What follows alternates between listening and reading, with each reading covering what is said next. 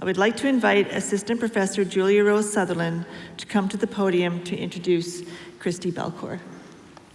Gwe, Buju, thank you everyone. I just want to first and foremost say congratulations, class of 2025. You are all medicine. And speaking of medicine, I think it's important that I start off this introduction with talking about a bundle, talking about gratitude as well. It is my great and personal and professional honor to introduce the most wonderful artist, Christi Belcourt. Just born a stone's throw away in Scarborough, Ontario. She was born and raised in Ottawa, and she's a proud descendant of the Métis community that resides in Lac St. Anne, Alberta. She is a very powerful protector of water, of the environment, a fierce social justice environmental activist, connector of stories, and is a prolific artist. I believe for everyone here, she should be a household name. Christi has made invaluable impacts to the arts community and beyond. Her vivid paintings, prints, can be found in both major galleries and everyday homes. I even wear it on my t-shirts. They are celebrated not only in the beautiful ways that they are made, but they're also celebrated in the beautiful connections of the natural world that they carry. Her work carries a deep ancestral knowledge of interconnectedness. And things that we're hearing today is about how connected we are together as bundles. Her art draws from the symbolic patterns of Métis beadwork, rendered in distinctive pointillistic style to depict the interconnectedness of all living things, and draws us into the worldview of her nation, of her world building, and of new possibilities. Her work reminds us that biodiversity and balance is essential to our shared ecological future.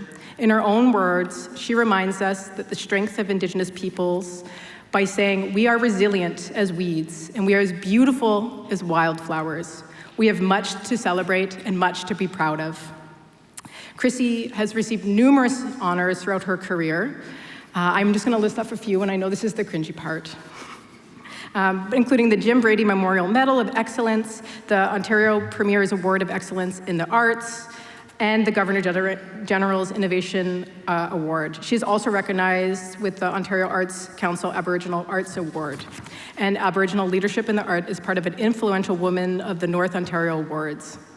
In 2023, she was granted the honorary doctorates from both Aguaman University and Wilfrid Laurier University, and I'm sure not only us, but many more to come. And I'm just so grateful to have the honor to introduce to you today Christi Belcourt as the newest Doctor of Fine Arts. Welcome, and thank you so much, Chimegwech, Christi.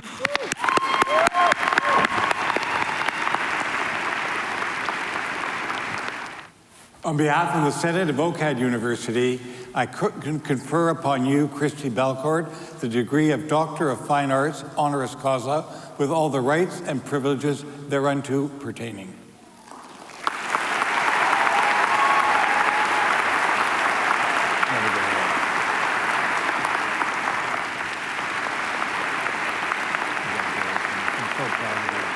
Thank you, Before I begin, I have to put my glasses on. So for all of you young artists, climb all the ladders you can now. Once you get older, it gets harder. So thank you, Julia Rose, Elder Liz Ozalmik, Nuich Kewe, members of the OCAD Youth Board of Governors, and Chair Lenita Layton, President Anna Serrano, Chancellor Jamie Watt, Vice President and Academic and Provost Caroline Langell, distinguished deans and faculty, my fellow artist, Tim Whiten, honored guests, graduates, families, friends, and my family who's watching from home. Christi Belcourt Nitsikason, my name is Christi Belcourt. I am Métis. My grandparents, my dad, and my Métis ancestors come from the Métis community of Manado-Sagaigan, which means Spirit Lake. In 1844, a priest arrived to the area to set up a Catholic mission, and he renamed the lake Lac St. Anne, which is what it is referred to now in English. And this is the story of our lands all across Turtle Island, which is North America. We have names for these places, Indigenous names, in our languages that still exist and are still spoken. I thank you sincerely for this great honor. I'm so pleased to be able to provide remarks today, and I want to offer my sincere congratulations to each and every artist, every graduate here today in the class of 2025. Your determination and perseverance has gotten you through, and it will carry you forward for your whole life. Since I was a kid, I knew I was going to be an artist. I remember the day clearly. It was sunny. I was about 7 years old, and my friend and I were playing around outside, and she turned to me and she said, "What are you going to be when you grow up?" And out of my mouth poured the word artist. And I remember that it took me aback because I didn't know what an artist was. Now fast forward to 2020, and I indeed did become an artist. And I attended the late Daphne Ojig's retrospective at the Thunder Bay Art Gallery.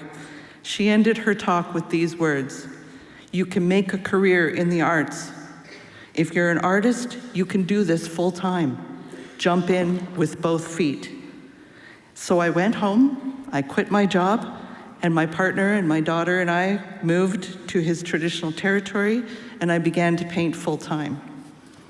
As artists, we have something inside of us that needs to be expressed through the arts. It's a drive, a craving, a calling. It's insatiable. We see this world through our eyes, and then it comes inside of us, gets processed and filtered in our artists' brains, and distilled into images, words, music, movement, and all the beautiful things that we create. What Daphne didn't mention, however, is that as an artist, you will be chronically underpaid. This is the one true thing, is that we do not become artists for the money. As artists, we get the privilege, or perhaps the curse, to walk through life wide awake. We are sensitive human beings. Sensitivity is not a weakness. It is our superpower. Sensitivity and empathy is our strength. And this sensitivity makes us more prone to see injustices for what they are. As a Métis person whose ancestors and people have experienced displacement from colonization from our lands, government-mandated starvation, disease, residential schools, the injustice system, the child welfare system, and the ongoing epidemic of murdered and missing Indigenous people in these lands, I stand in solidarity with all oppressed people in the world, including in Palestine, the Congo, and Sudan, who are currently facing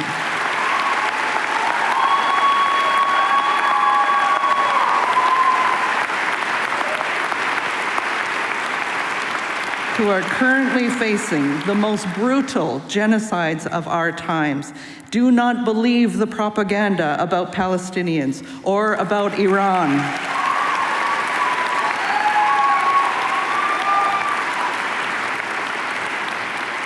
Fight for the peace that we know is possible. The raging fires in the prairies right now are directly being impacted by all of this war. The climate crisis is not only due to the resource extraction and burning of fossil fuels, but also to the military-industrial complex. Bomb after bomb being dropped, and the mining of the materials that it takes to make arms and tech is not only a crime against humanity, it is a crime against the entire planet and every living species on this beautiful Mother Earth.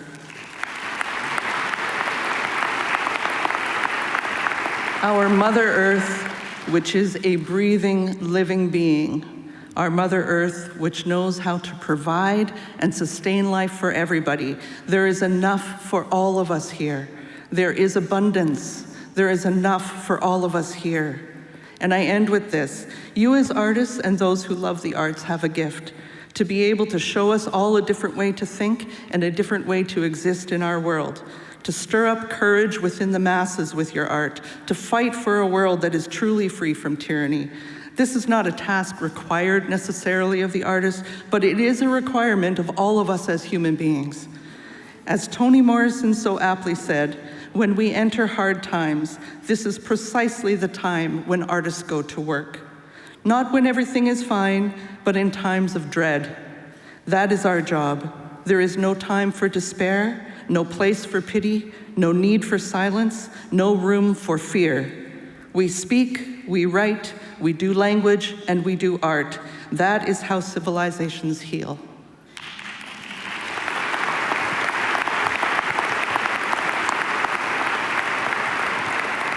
And I will just say that as I look out to all of your bright faces, I can't help but think of all of the students in Palestine, in Gaza, whose universities were blown to bits. And I hope one day that Palestine will be free and all students will graduate.